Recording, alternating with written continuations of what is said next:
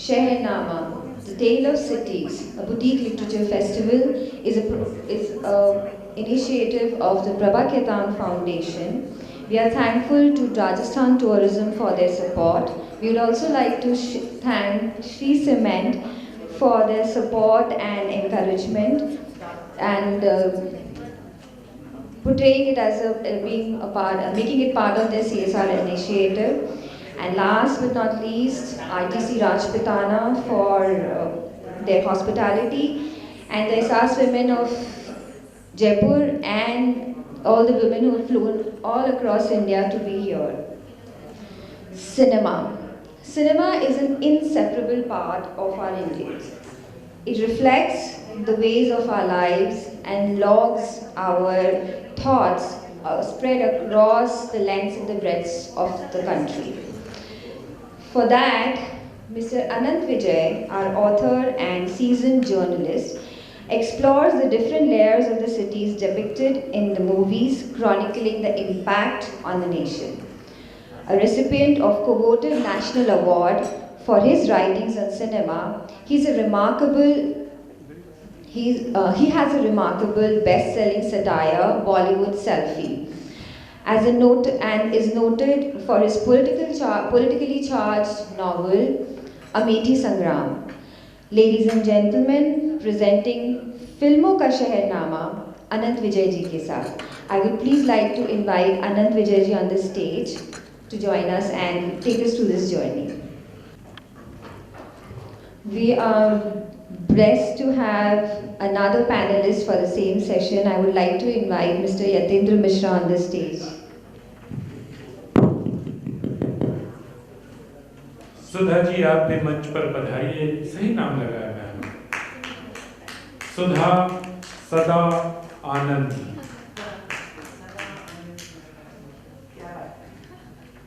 शहरों की बात हो, फिल्मों की बात हो और सुधा जी न हो तो फिर शर्मिला टैगोर को नींद आने लगी।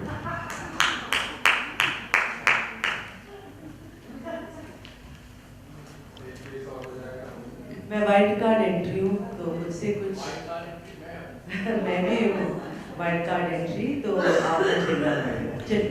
ये दोनों वाइल्ड है, कार्ड तो मैं ही हूँ सिर्फ।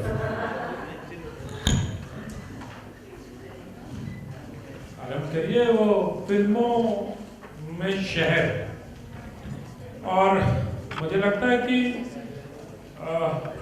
दोनों फिल्म के क्या कहते हैं घोट कर पीने वाले हमारे साथ बैठे हैं। तो फिल्मों में शहरों पर बात करें इसके पहले सुधा जी, एक गाना याद आ रहा था मुझे। मुंबई से गई पूना, पूना से गई पटना, फिर भी सजना नहीं मिलता है। नहीं, उस गाने में हम है राही प्यार के, अगर आप देखिए उसका गाना है कि मुंबई से गई पटना, पूना, पूना से गई पटना, और फिर भी ना मिला सजना। इतने शहर में भटकने के बाद भी अगर सजना न मिले तो इन शहरों का क्या मतलब है? तो उनको गालिब चचा के पास जाना चाहिए कि आप सिर्फ सर झुका के देखिए, सही आपको अपने दिल। तो ये ईश्वर या इश्क, जो भी आप इसको कहना चाहते हैं, वो हमारे समक्ष ही होता है। लेकिन जहाँ आपने शहरों की बात की, एक ज़माना था जब एयर ट्रैवल इतना आसान नहीं था, और हम शायद इतना, जब हवाई जहाज भी बड़े कम थे और बहुत ही धनी जो होते थे, जैसे यतीन्द्र जी हैं, वो लोग जा पाते थे जहाज़ों में। हम लोग थर्ड क्लास के डब्बों में बैठ के सफ़र किया करते थे। तो फिल्में जो है, मुझे याद है कि मेरी अम्मा हमेशा कहती थी, लव इन टोक्यो देखने चलते हैं, जापान देखने को मिलेगा। सच में ये सच बात है, और ये आज भी मजाक है। अगर जब भी हम देखते हैं कि कोई फिल्म है जहाँ पर शोइंग बोलिविया और स्विट्जरलैंड, हम अम्मा की तरफ देखते हैं कि देख लो तुम्हें फिर भी मिलेगा, वो कहती है मैं देख चुकी हूँ। तो जैसे देवानंद की एक फिल्म थी, Yatindra ji correct me if I am wrong, जिसमें वो स्कूटर चलाते हैं, लैब्रेटा तेरे घर के सामने, या ऐसी कोई फिल्म थी, उसमें दिल्ली दिखाई पड़ता है। कुतुब मीनार में नूतन और देवानंद का गाना है, दिल का भंवर करे पुकार।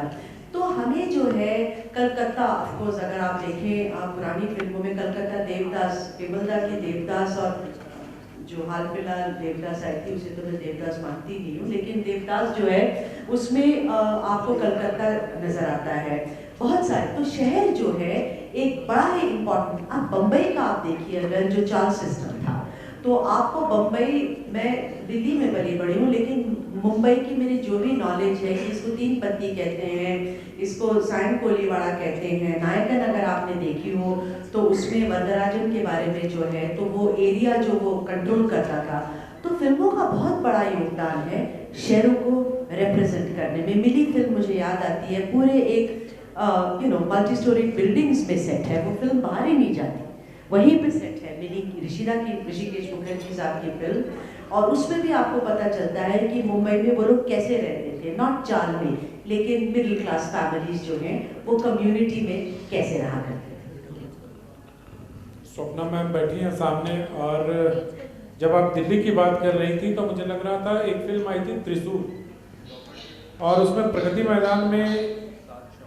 मैदान के हॉल में एक फाइट सीक्वेंस है, और वो प्रगति मैदान का हॉल अब नहीं है।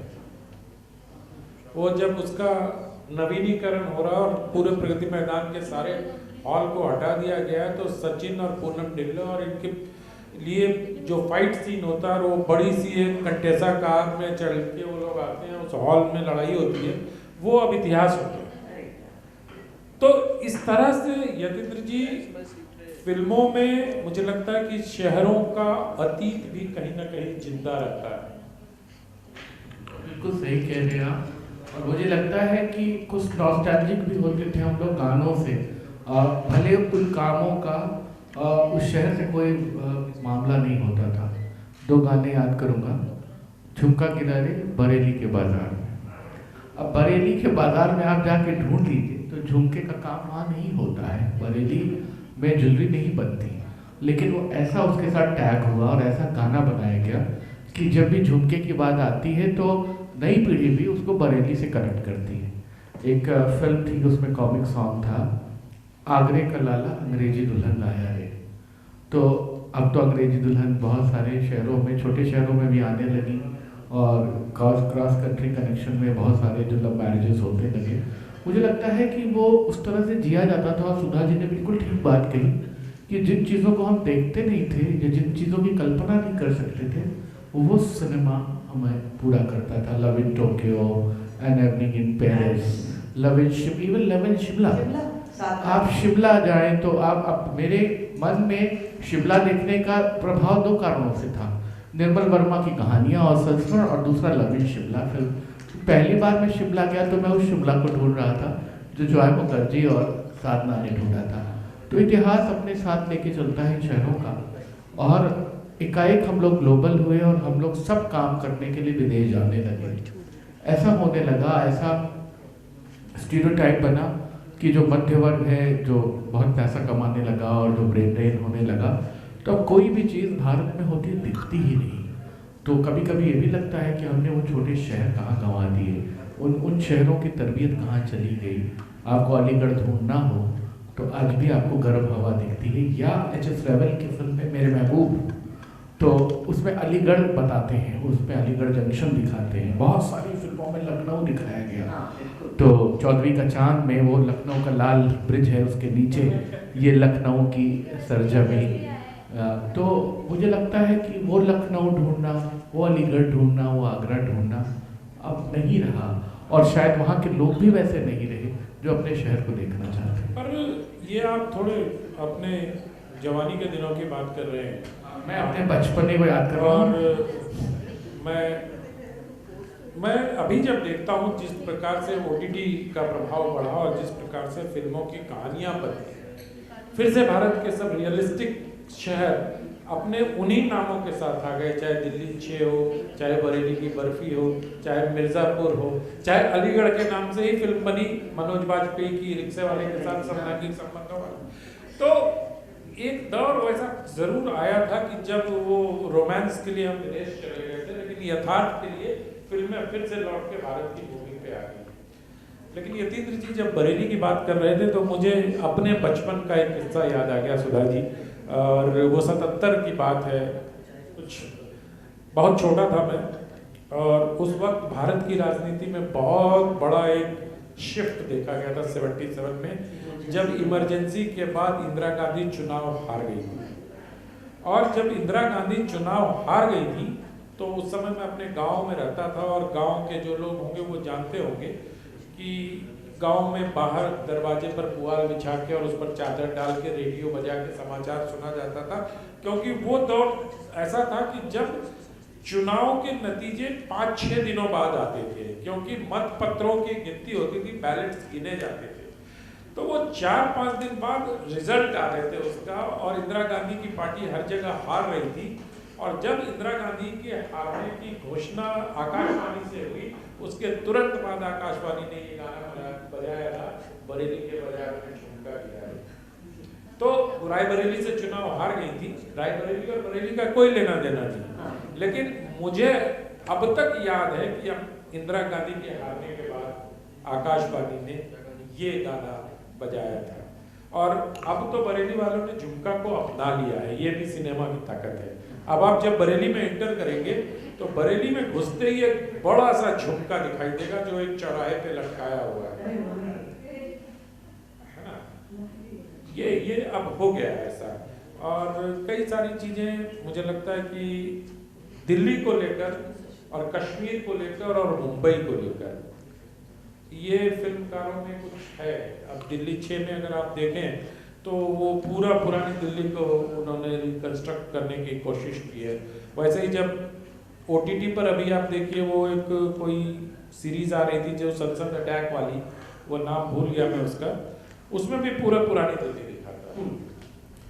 तो ये जो कहानियां बनती हैं और जिस प्रकार से फिल्में, अब बेताब वैली, अभी मैं कश्मीर गया था मैं, तो एक जगह ही क्रिएट हो गई बेताब वैली, क्योंकि वहां पर राहुल रवैल साहब ने बेताब की शूटिंग की थी और सनी देओल और वो वहां मिले थे, तो अब उसको बेताब वैली कहते हैं। बिल्कुल ठीक कह रहे हैं। लखनऊ में सफ़ेद बारादरी है और बहुत जो मैंने हिंद का कार्यालय है, वहाँ शादियाँ भी होती हैं, सब होते हैं, लेकिन वहाँ पे जो कि मुज़फ़्फ़र अली साहब ने उमराव जान का वो गुजरा फिल्मा दिया, दिल चीज़ के आप मेरी जान लीजिए, या लखनऊ जू में जा कर के खुली बारादरी है, वहाँ पर उन्होंने फिल्माए आँखों की मस्ती। तो जब भी कोई घुसता है उसमें वो बात करता है तो ये जरूर बताते हैं वहाँ कि हाँ उमराव जान फिल्म आई गई थी, और दिल चीज़ के आप मेरी वो अंजुमन वो उसी तरह से याद आता है, वो नॉस्टैल्जिक करता है। और एक मज़ेदार बात सुधा जी आप भी ध्यान दें, हम लोगों के बचपन, मैं अपना बचपन कहूँगा, हमारे पिता के बचपन की फिल्में हैं वो सब। मेरा बचपन बहुत जुदारों के टाइम नहीं, मैं भी अपने को उस समय का समझता हूँ। आप यतीन्द्र जी और आपका बचपन आसपास का है या नहीं? दूर मुझे प्रणाम करते हैं जी, प्रणाम पाँव चुके। एक मजेदार बात अदन जी, 5-7 फिल्में तुरंत याद आती हैं, जनक जनक पाल बाजे, आशा पारी की जिद्दी, घराना, मैं कहा ना पिताजी का बचपन, उसमें कुछ लव सॉन्ग है, चंपा कली देखो झुकी गई, जादू किया मेरे प्यार ने, जॉन मुखर्जी और आशा पारी जिद्दी, घराना, जब से तुम्हें देखा है, आंखों में तुम ही तुम हो, हम भी यही कहते हैं, सांसों में तुम ही तुम हो, और जनक जनक पाल बाजे, नैन सुनैन ना ही मिला। तीनों मैसूर के वृंदावन गार्डन में फिल्माए गए हैं, और वो एक वाटरफॉल वहाँ गिरता है, दोनों तरफ हीरो हीरोइन चल के उसमें भीगते हैं, गाते हैं। वो एक ऐसा क्लीशेड, एक ऐसा मेटाफर है लव सॉन्ग्स का अर्ली 50s 60s का, कि आप देखते ही आपको लगता है कि ये वृंदावन गार्डन आ गया मैसूर का। ये बिल्कुल वैसे ही है जो बाद में यशराज ट्यूलिप और के खेत और स्विट्जरलैंड की वादियाँ दिखाते हैं। बिल्कुल, और आइकॉनिक जहाँ पर शहर की बात होती है और फिल्मों की, one of the most iconic songs is Ae Dil Hai मुश्किल जीना यहाँ, जरा हटके जरा बच के, ये है बॉम्बे, मुंबई में। और वो जिस तरह रफ़ी साहब का तलफ़्फ़ुज़ था पंजाबी का, ये है बम्बे मेरी जान, यू नो, बम्बे चलना है वैसे। तो वो गाना अगर आप सुनेंगे तो उसमें सभी चीज़ों का जिक्र है, उस वक्त के बॉम्बे का, मिल वर्कर्स का जिक्र है, कहीं चोरी, कहीं वहाँ सट्टे का वो है, यहाँ वहाँ पर ये भी है कि वहाँ पर धोखा दिया जाता है इश्क में, प्यार में। तो मुझे लगता है कि सबसे पहले बॉम्बे का जो रिप्रेजेंटेशन था, एक कॉमन मैन की आंखों से, एक कॉमन मैन जो रास्ते में चल रहा रहा है, जॉनी वॉकर साहब गा रहे हैं, तो उनका क्या रिप्रेजेंटेशन होगा। तो मुझे लगता है वो गाना आज भी इसलिए आइकॉनिक है क्योंकि वो जो बातें तब थी वो अभी भी अमूमन जिंदा है। जैसे कि अगर साहिर साहब का गाना है, अगर आप देखें एक सिचुएशन को जो रिप्रेजेंट करता है, जिन्हें नाज है हिंद पर वो कहाँ है, कहाँ है, कहाँ है। आज भी जब कुछ गलत होता है तो लोग उस गाने को कोट करते हैं। तो कुछ गाने आइकॉनिक हो जाते हैं जो हर स्थिति में बिल्कुल फिट हो जाते हैं। और मुझे लगता है ये जो गाना है, ए दिल है मुश्किल जीना, या ऑफ कोर्स उस नाम की फिल्म आ गई है अभी आपके जनरेशन की, है ना, तो वो आ गई है, लेकिन ये बहुत ही आइकॉनिक सॉन्ग है। आज भी जब भी मैं देखती हूँ कि आपके जनरेशन के लोग इंडियन आइडल या किसी भी एंकर्स जो होते हैं वो बम्बई के बारे में जब बात करते हैं तो इसी गाने को कोट करते हैं। और वो उस गाने के बारे में क्या ख्याल है, ये बम्बई मेरी जान, ये है बम्बई मेरी जान। हाँ, या वो जो नगरिया तो देख नहीं, वो तो दूसरा है, वो तो डॉन का है। ये है बम्बई मेरी जान, ये बम्बई मेरी जान करके हाँ एक गाना है। और सबसे आइकॉनिक गाना आप बिहार के या उत्तर प्रदेश के हैं, खई के पान बनारस वाला। देखिए इस गाने में जो है खुल जाए बंद अकल का ताला, ये इंदर किसने लिखा है गाना, हाँ अनजान साहब ने। हाँ, तो ये देखिए कि किस तरह से बनारस, अभी तक बनारस का जो हमारी छवि थी बनारस की अलग अलग है। मेनली इट इज रिलीजियस, मेरे लिए तो इट्स ए रिलीजियस टाउन, और मेरे लिए उससे कोई मायने ही नहीं है, महादेव है मेरे। लेकिन जब ये मैंने गाना सुना, मुझे तब पहले इल्म हुआ, मैं छोटी थी, आश्चर्य हो रहा है ना। हाँ, तो मैं जब छोटी थी तब मैंने जब सुना कि खई के एक भंडारा बांधकर एक आदमी नाच रहा है, हाफ वेस्ट कोट पहन के, खई के पान बनारस वाले, खुल जाए बंद अकल का ताला। तो मुझे लगा कि बनारस में ये चीजें भी होती हैं। तो वही है कि शहर के नाम से अचानक से आपकी जो इमेजरी इतने सालों की है ऐसे बदल जाती है। पर मुझे लगता है वो जो गाना है ना, वो उस गाने की जो पंक्ति है ये कि खुल जाए बंद अकल का ताला, इसका अगर आप अपने स्क्रिप्चर्स में देखिए और उस हिसाब से सोचिए, फिलोसॉफिकल सोचिए, दार्शनिक अंदाज में इस बात को सोचिए, तो शिव और काशी को माना गया है कि वो शिव की त्रिशूल पर बसी हुई नगरी है। और ये वेद पुराण और सब जगह, और ये भी कहा गया कि पूरी सृष्टि भी अगर नष्ट हो जाएगी तो शिव के त्रिशूल पर बसे होने की वजह से काशी बची रह जाएगी। तो वहां जाके सारनाथ भी वही है ना। आसपास को अगर देखें तो बंद अकल का ताला तो खुलता है इसका, लेकिन अगर ये है कि आप सोचते कैसे हैं। दादा कोंडके की तरह सोचेंगे तो बंद अकल का ताला कहीं और खुलेगा, लेकिन अगर आप उसको भारतीय परंपरा में, भारतीय इसमें देखने का प्रयास करेंगे तो उसका एक दूसरा अर्थ खुलता है। बहुत अच्छी बात आप लोगों ने कही, और इस गाने से एक बात याद आती है कि बनारस में जो पूर्वी और जो दादरा का चलन है, अभी आनंद जी कहेंगे कि दादरा टुमरी करके, इसके पास अब कहने को कुछ नहीं है। नहीं, मैं ये दादरा ठप्पा टुमरी पे आने वाले हैं। नहीं, तो यही इसलिए मैंने पहले डिस्क्लेमर लगा दिया।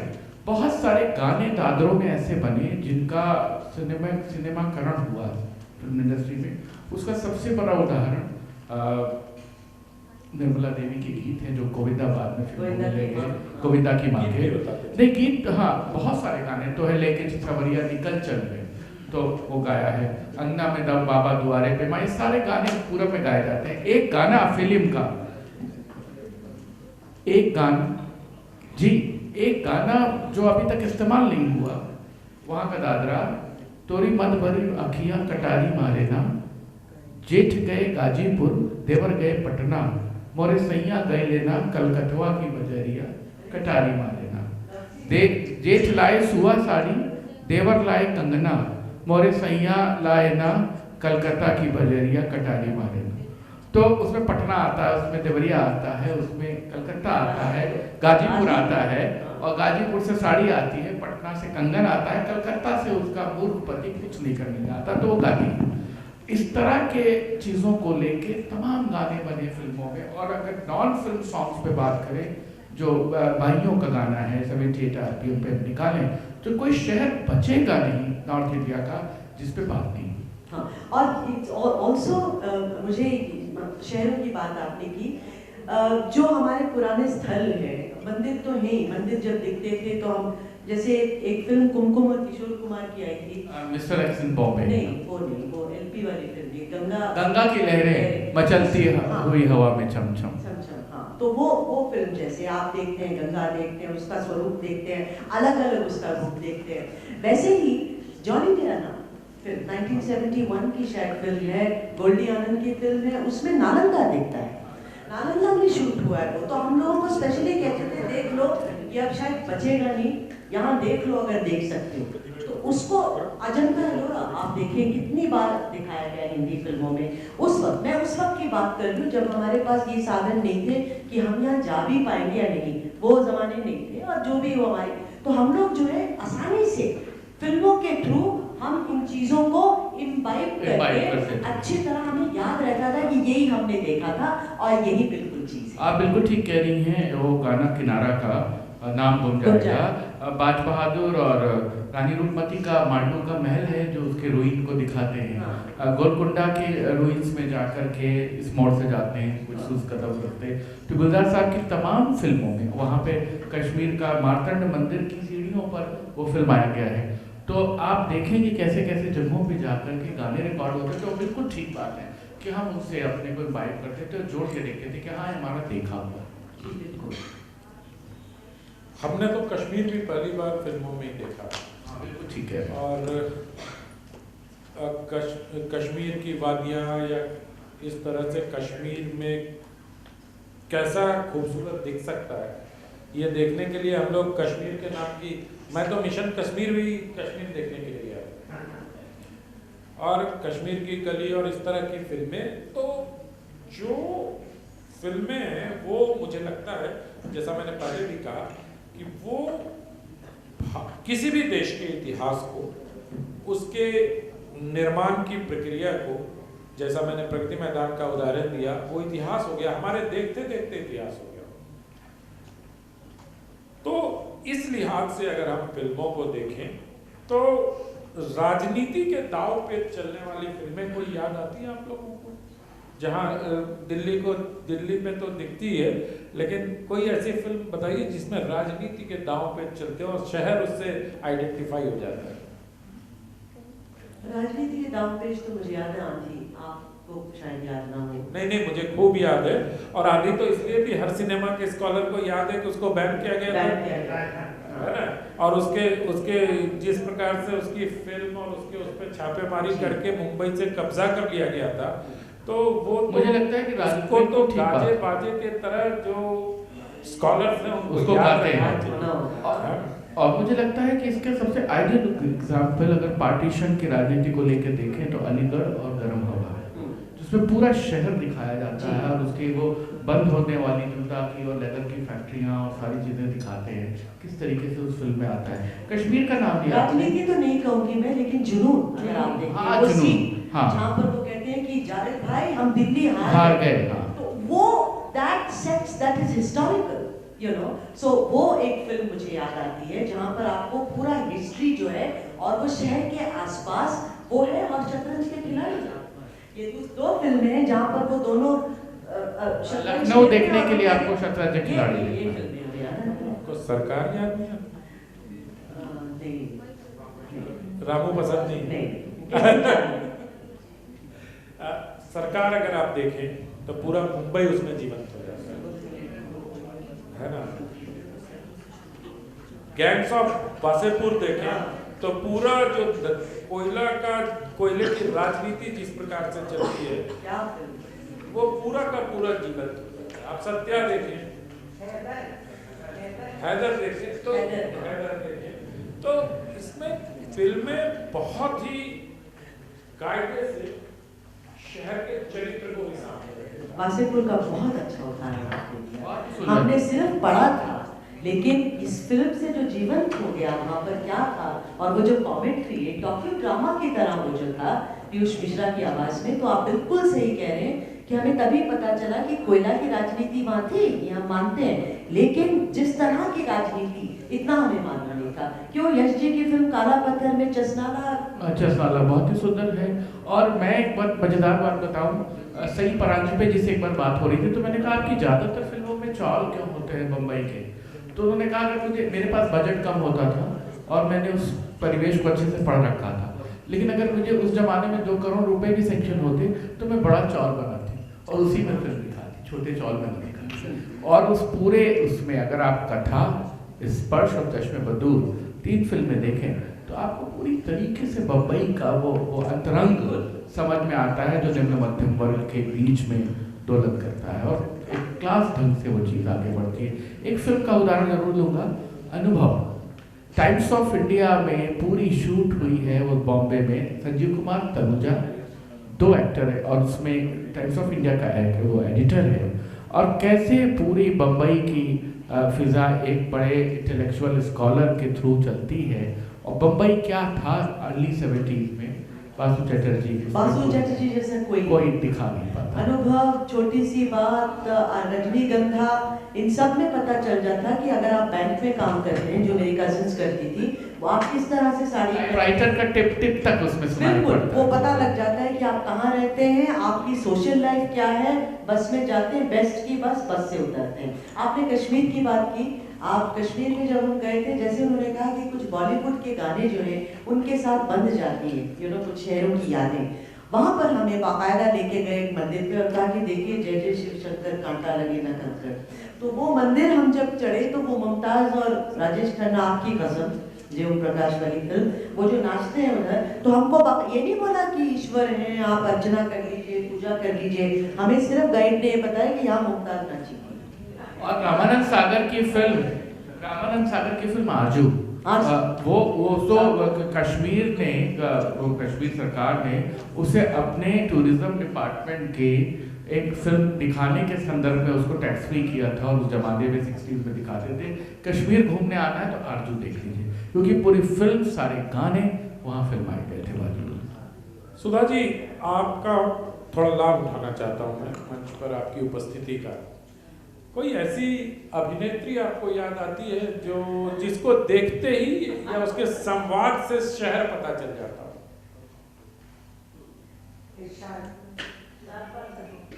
ये थोड़ी सी ये ना बदमाशी कर रहे हैं और मुझे लगता है पुराने दोस्त हैं, मित्र हैं मेरे, तो हम सब थक भी गए हैं, चाय का वक्त हो गया है, तो इनके लिए। लेकिन आप अगर उस अभिनेत्री की पहचान कर लेंगे जिसकी उपस्थिति मात्र से सिनेमा में शहर दिख जाता है या उनके संवाद मात्र से पता चल जाता है कि कहाँ की हैं, तो थोड़ा इन सब का जो ऐसे बहुत हैं वैसे। एक तो मेरे क्षेत्र की अभिनेत्री हैं तमिलनाडु की, उनको आज तक सिट डाउन, जो इंग्लिश में कहते हैं, जो हिंदी में कहते हैं, वो आज तक बैठी ना ही बोलती हैं। वो हाँ बैठी ना, क्यों खड़े हैं आप, हेमा मालिनी जी, उन रिस्पेक्ट विद रिस्पेक्ट। श्रीदेवी जी का भी बहुत ऐसा था, अगर आप सुने उन्हें, उनकी हिंदी जो है, तो साउथ इंडियन में अगर आप देखें जिन लोगों का तलफ़ुज़ अच्छा था उनमें सबसे वैजंती माला एक थी जिनकी हिंदी बहुत अच्छी थी।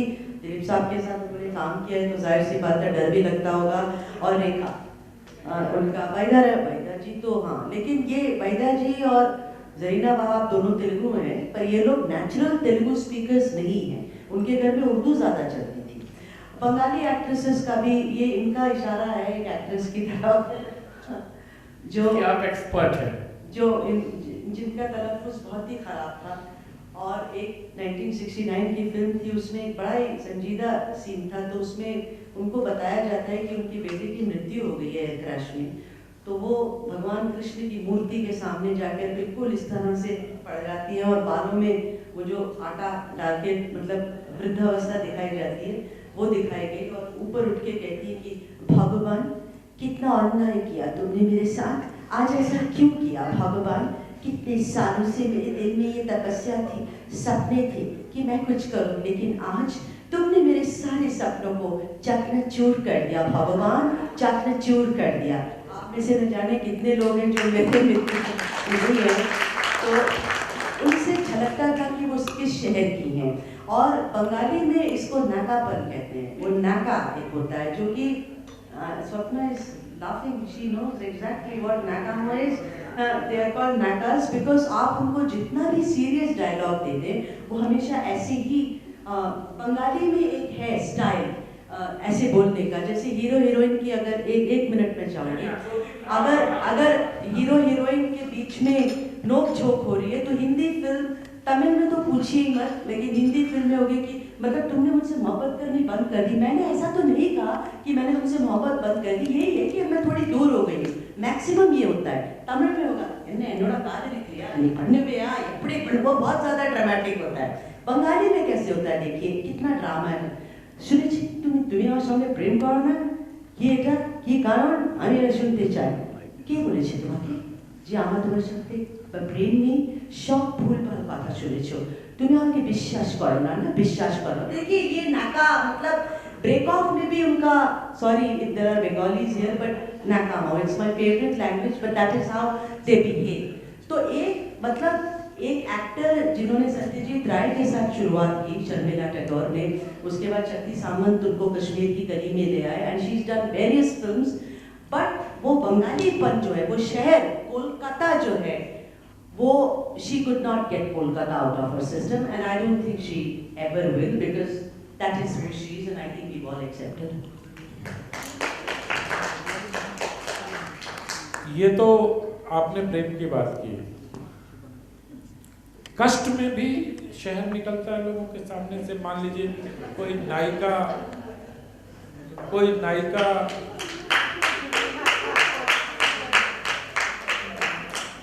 कुछ ऐसा संभव होता है कि जैसे उसका प्रेमी या उसका पति मृत्यु शैया पे पड़ा हो, उसकी वो अंतिम सांसें गिन रहा हो और उसकी पत्नी या प्रेमिका वहाँ पहुँचती हो और फिर उनके बीच के संवाद से भी कहीं शहर निकलता है। ना फुटेज क्यों खा रहे हो, सीधा बोलो। ये फिर से बदमाशी है। ये एक फिल्म थी सफर, कल रात मैं इन लोगों से बात कर रही थी और शर्मिला ठाकुर, बंगाली में ठाकुर कहते हैं, रिंकू दी उनकी नहीं, रिंकू दी उनको कहा जाता है कि रिंकू दी ने सफर में क्या किया। वहाँ उनका जो लवर है राजेश खन्ना, वो एक पेंटर है और वो उसको कैंसर हो जाता है और वो मृत्युशैया पर है और वो बुलाता है इन्हें कि आइए। सबसे पहले तो वो उनके सीढ़ी चढ़ने का जो तरीका था शर्मिला टैगोर का, उसमें भी एक कला है, क्योंकि हम लोग ऐसे सीढ़ी चढ़ते हैं, ऐसे चढ़ते हैं, वो बिल्कुल ऊंट की तरह सीढ़ी चढ़ती है, जो बड़ा अजीब। तो उसमें ये है कि वो कह रहा है उनसे कि देखो अब मेरा जाने का वक्त हो गया वगैरह वगैरह। तो ये बड़ा एक इमोशनल सीन है और एक रूम में शूट किया गया है और टाइट क्लोजअप्स है, हीरो के ऊपर कैमरा है, उसके बाद हीरोइन खड़ी है और उसके ऊपर। तो वो बहुत ही आपको लगता है, हम रो रहे थे बिकॉज राजेश खन्ना मर रहा है, तो इसके बाद फिल्म खत्म हो जाएगी, फिर घर जाके पढ़ना पड़ेगा। तो हम लोग बड़े वो थे, लेकिन वहाँ शर्मिला टैगोर देखिए आप, उसने ये नहीं कहा कि तुम मर रहे हो मुझसे धोखा करके, अविनाश, उसका नाम अविनाश होता है उसमें। अविनाश तुम नहीं मर सकते, अविनाश तुम मुझे छोड़कर नहीं जा सकते, तुम हमेशा अमर रहोगे। किसने कहा? डॉक्टर झूठ बोलता है, झूठ बोलता है वो डॉक्टर कि तुम मर जाओगे अविनाश, तुम अमर हो, मुझे छोड़ के मत जाओ अविनाश, मत जाओ।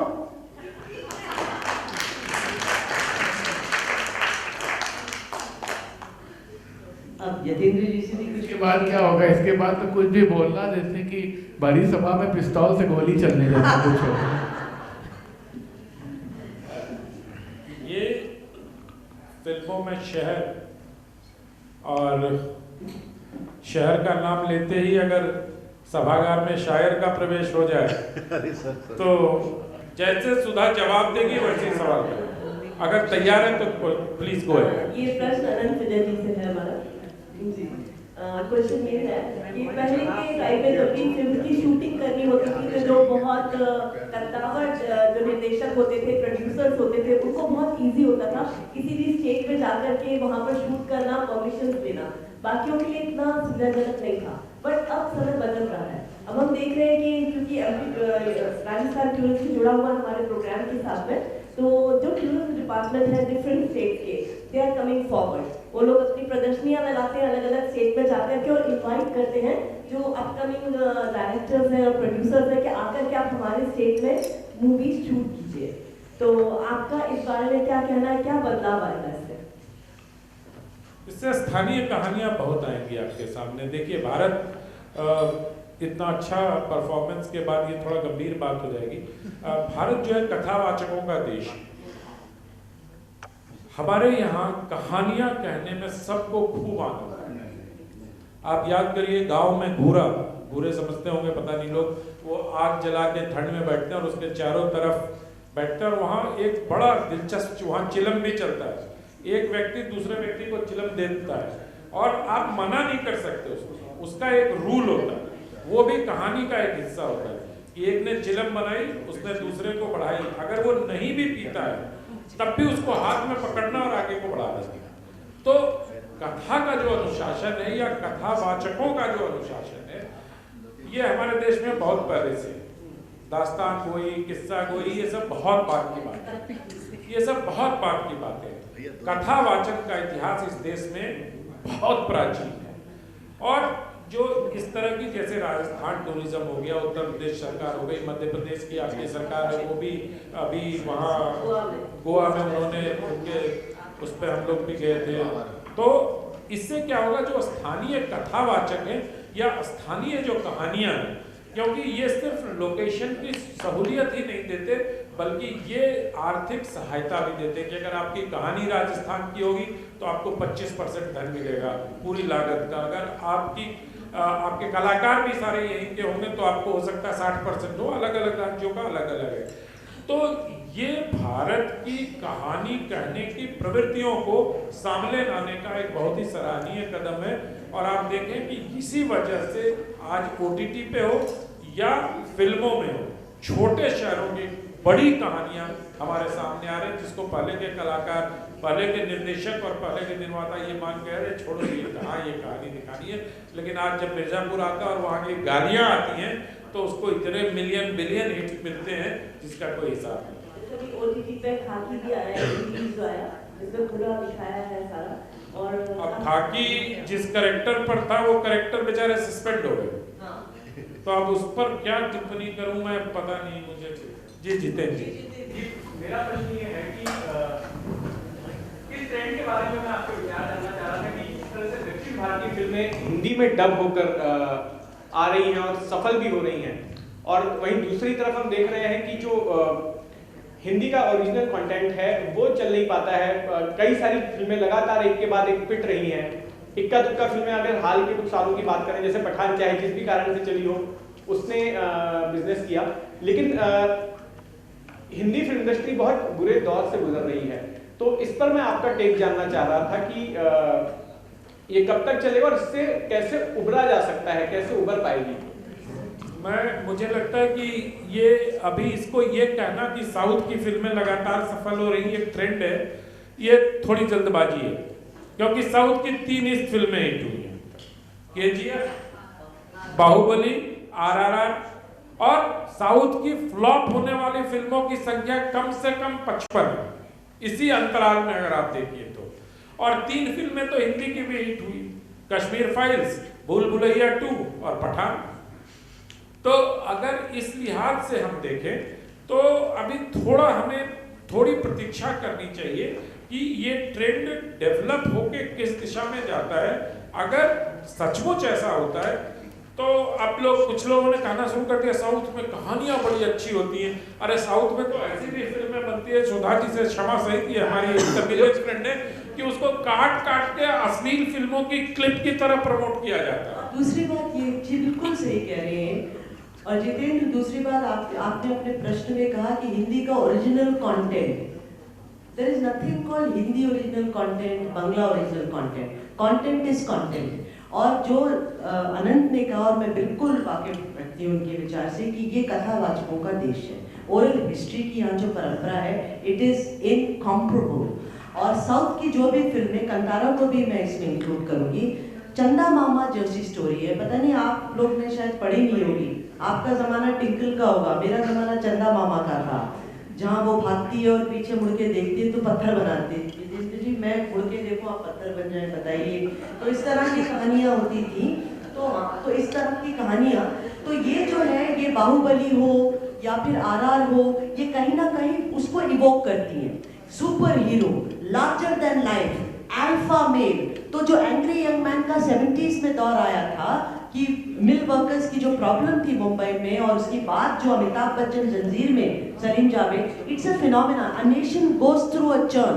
There is nothing called Hindi content और तमिल कंटेंट और Telugu content. Content is content. That's it. You have to work on the imagination of the people. That's it. Nothing. अपरा जी नमस्कार।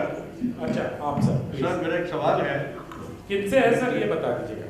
मेरा डायस से सवाल है। डायस से सवाल है, कोई जवाब दें। मेरा नाम डॉक्टर प्रदीप चतुर्वेदी है। फिल्मों का स्वरूप बदला और जिस तरह की बात आपने कही, शहरों संबंधी बात की, कश्मीर की बात हुई, बनारस की बात हुई, समय के साथ फिल्मों का स्वरूप और कथानक भी बदला है। स्वतंत्रता प्राप्ति के बाद में फिल्मों का जो दौर समाज में शुरू हुआ वो प्रेम प्रसंग को लेकर पहले शुरू हुआ, जो कि प्रेम प्रसंग समाज में नहीं होता था, उसकी कोई उपस्थिति सार्वजनिक रूप से नहीं थी। लेकिन लंबे समय के बाद राज कपूर, राजेंद्र कुमार, देवानंद जी की ये प्रेम लीला हमारे देश के युवा समाज ने ग्रहण कर ली और उन्होंने नए कीर्तिमान स्थापित करते हुए फिल्म को पीछे छोड़ दिया।